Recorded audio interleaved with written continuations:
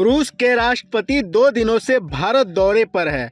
आज भारत और रूस के बीच हुए 23वें वार्षिक शिखर सम्मेलन में कई दूरगामी फैसले सामने आए, जिनसे दोनों देशों के रिश्तों में एक नया अध्याय जुड़ गया। प्रधानमंत्री नरेंद्र मोदी और रूसी राष्ट्रपति व्लादिमीर पुतिन की दिल्ली के हैदराबाद हाउस में हुई मीटिंग में शिक्षा, खेल, व्यापार, ऊर्जा और लोगों के बीच संपर्क बढ़ाने से जुड़े कई बड़े ऐलान किए गए। सबसे बड़ी खबर रही कि पहली बार भारत रूसी नागरिकों को 30 दिन का बिल्कुल फ्री टूरिस्ट वीज़ा और 30 दिन का ग्रुप वीज़ा देने जा रहा है। यह फैसला दोनों देशों के बीच लोगों की आवाजाही को नई गति देगा और टूरिस्ट ट्रेड के नए दरवाजे खोलेगा। पीएम मोदी ने यह भी घोषणा की, भारत और रूस अब छात्रों, स्कॉलर्स और खिलाड़ियों के आदान प्रदान को नई ऊंचाई पर ले जाएंगे।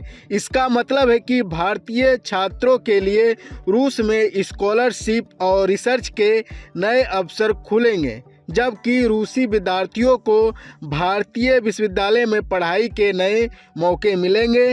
दोनों देशों के एथलीट संयुक्त ट्रेनिंग करेंगे और बड़ी प्रतियोगिताओं में साथ हिस्सा लेंगे। विशेषज्ञ मानते हैं कि यह कदम भारत रूस पीपल टू पीपल डिप्लोमेसी को बेहद मजबूत करेगा।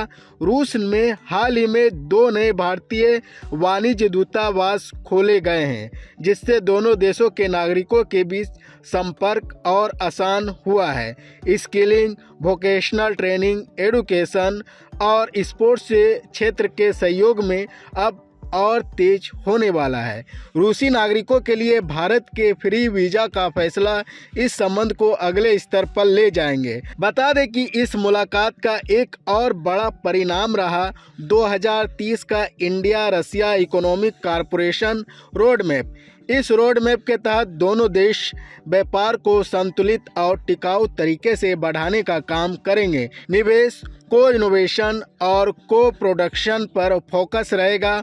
ऊर्जा, सुरक्षा, आवश्यक खनिज, हाईटेक मैन्युफैक्चरिंग और फर्टिलाइजर सेक्टर में नए सहयोग शुरू किए जाएंगे। यह रोड मैप आने वाले वर्षों में भारत रूस व्यापार को कई गुना बढ़ा सकता है। आपको बता दें कि पीएम मोदी ने प्रेस कॉन्फ्रेंस में कहा कि भारत रूस की दोस्ती ध्रुव तारे की तरह स्थिर और मजबूत रही है। रूस ने हर परिस्थिति में भारत का साथ दिया है और दोनों देश वैश्विक तनाव में भी विश्वसनीय साझेदार रहे हैं। यह बयान दर्शाता है कि दोनों देशों का राजनीतिक और रणनीतिक विश्वास आने वाले समय में और गहरा होने जा रहा है। वहीं यूक्रेन संघर्ष पर भी भारत ने अपना रुख साफ रखा। मोदी ने कहा कि भारत हमेशा शांति का पक्षधर रहा है और शांति प्रयास का समर्थन करता रहेगा। वहीं संवाद ही समाधान है और स्थायी शांति ही दुनिया को स्थिरता दे सकती है। यह बयान अंतर्राष्ट्रीय मंच पर भारत की भूमिका को और महत्वपूर्ण बनाता है। बता दें कि यह शिखर सम्मेलन सिर्फ एक कूटनीतिक कार्यक्रम नहीं, बल्कि भारत रूस संबंधों की नई दिशा तय करने वाला बड़ा कदम साबित हुआ है। फ्री वीज़ा, छात्र खिलाड़ी एक्सचेंज, ऊर्जा सहयोग और 2030 रोड मैप जैसे फैसले बताते हैं कि आने वाला दशक दोनों देशों की साझेदारी को नए स्तर पर ले जाएगा।